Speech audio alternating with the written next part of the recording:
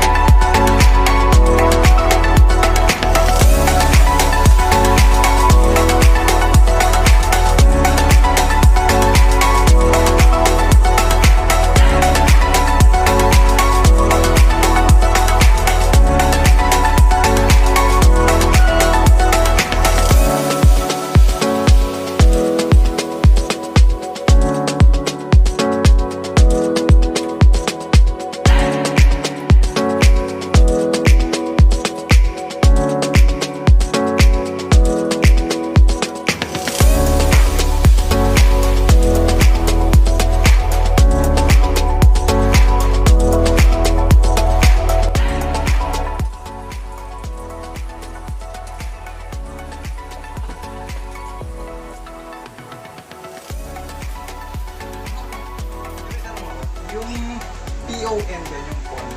Pag nagbiblink daw yun, anong problema kaya? Walang internet connection. Opo. Pagka yan naka-loss, yan may nakapula, pwedeng may sira linya mo o kaya magmula sa poste, nag-down system. Tapos naman, pagka wala naman nakapula, tapos nag-blink yung phone lang, pwedeng naka-down din yun sir, naka-down system. Kaya wala kang internet. Kaya wala yung internet. Ha? Ano mo na? Pamalakasan.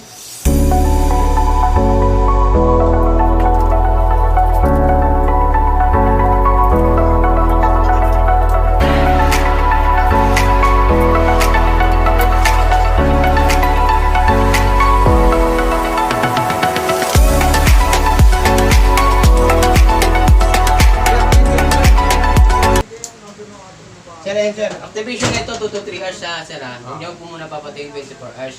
Sir, pagka itong PON, nag-steady, tapos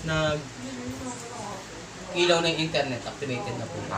Yung sinasabi niyo naman po sir, pagka na-activated na, nag-PON naman, biglang nag-blink, ano po yun, naka-down system po. O kaya naputulan po kayo.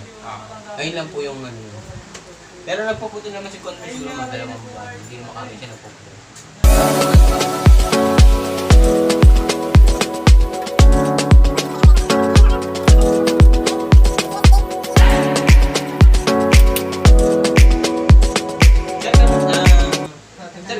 paantayin na lang po ng activation ha. Basta 24 hours huwag niyo po papatayin.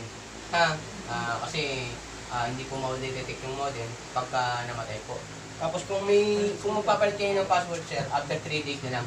Alam niyo po ba yung sa 192.8.1.1? Admin access. Opo, di ba maghahanap po siya ng password? User lang po yung nalagay niyo doon, hindi po admin. User po. Pagka naghanap po siya, user, tapos user po. Tapos sa password, user din po. Sige. Ayun lang po yun.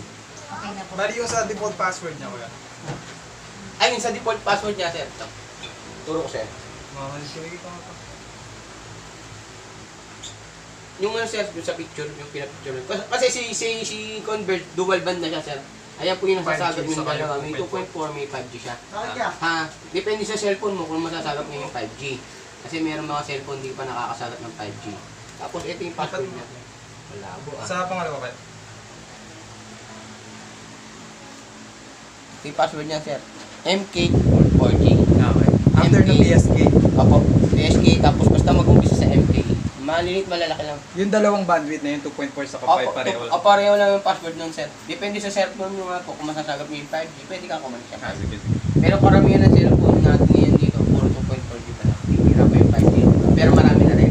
Pero pagka lumabas yung 5G, katulad niya, may 5G na. Yung mga, nakukuha niya. Pwede ka na kumalit. Sige.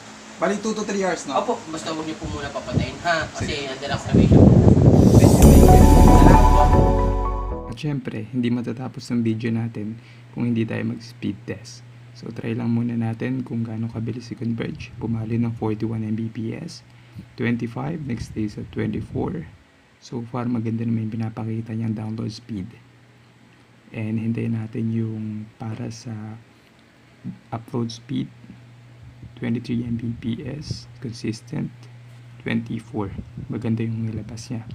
Dahil lang plan natin ay 25 Mbps galing kay Converge. Try lang natin ulit para makasigurado tayo. Pumalo ulit ng 41. Consistent sa 25. So maganda yung performance ni Converge and hindi lang natin alam kung anong kalalabasan ng after sales nito. Lastly, for the download speed or upload speed, is still symmetric siya.